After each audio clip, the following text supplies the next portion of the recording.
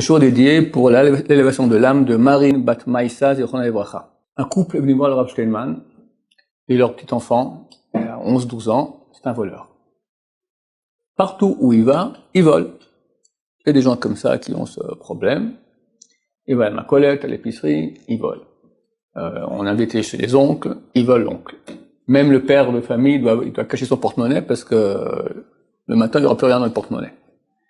Ils ont tout essayé.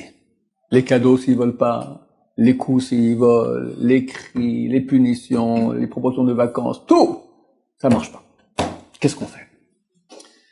Le Rav Steinman leur a dit, quand quelqu'un a goûté au bon goût du vol, le mauvais goût, mais ça donne, les choses mauvaises ont un bon goût.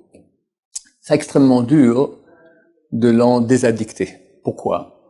Tu vas promettre tous les prix du monde, toutes les vacances. Lui, il sait que quand il vole, il gagne de l'argent. Il peut gagner rapidement comme ça des milliers d'euros, très facilement.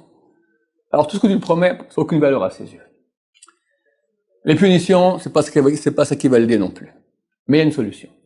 C'est écrit dans la Torah que si quelqu'un a volé un objet et a juré qu'il n'a pas volé, après viennent les témoins qu'il a volé, il doit payer 2 fois la valeur de l'objet.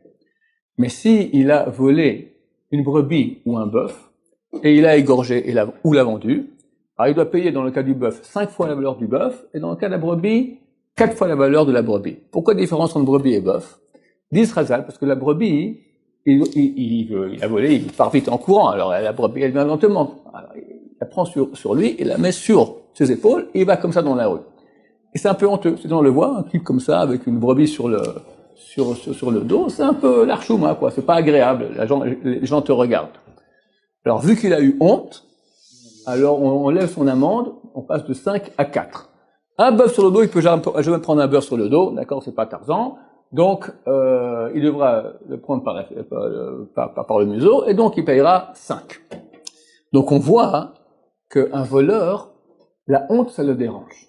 Vous allez agir ainsi, avec un grand sourire, de la gentillesse, fermement, une main d'acier dans un gant de velours, vous lui dites très bien, t'as volé, chaque fois que vous découvrez qu'il a volé, maintenant tu vas les rendre. Il ne voudra pas, vous le forcez à les rendre. La honte qu'il aura pour aller rendre, ça pourra le convaincre d'arrêter de voler.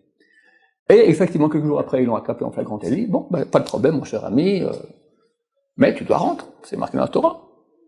Il faut rendre ce qui a été volé. Jamais de la vie, j'aurais honte.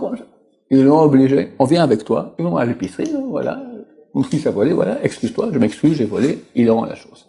Ils ont fait ça comme ça quelques fois, au bout d'un moment, il a complètement arrêté de voler. À la fin, il voyait une aiguille qui ne lui appartenait pas, il s'éloignait, d'accord, de peur qu'il est devenu super droit. Baruch Hashem, ici encore, les bons conseils des grands de Torah, qui puissent dans la Torah. Alors c'est un bon conseil pour ceux qui ont ce problème, ou des enfants qui ont ce problème-là, et puis à nous aussi de faire attention, d'accord, il est très facile d'être voleur, il est très difficile de ne pas être voleur. Personne ne va prendre dans la poche de son prochain, ça arrive, mais c'est rare. Mais on utilise une chose qui ne nous appartient pas, on dépasse dans la queue, toutes sortes de choses qui sont. C'est du vol, ça? Bah oui, tu m'as volé du temps. Le temps, c'est de l'argent. Time is money. Moi, j'attends comme ça. J'ai autre chose à faire, mais il me passe devant. En voiture. Des fois, il y a des bouchons, le type, il dépasse tout le monde, il se met là-bas. C'est pas du vol? Si c'est pas pour, par exemple, dans un parc d'attraction, il y a une grande queue. Ouais. Si je passe devant, il perd pas de l'argent, il perd pas du temps. Il perd du temps. Lui, il veut faire attraction comme toi. Pourquoi tu passes devant?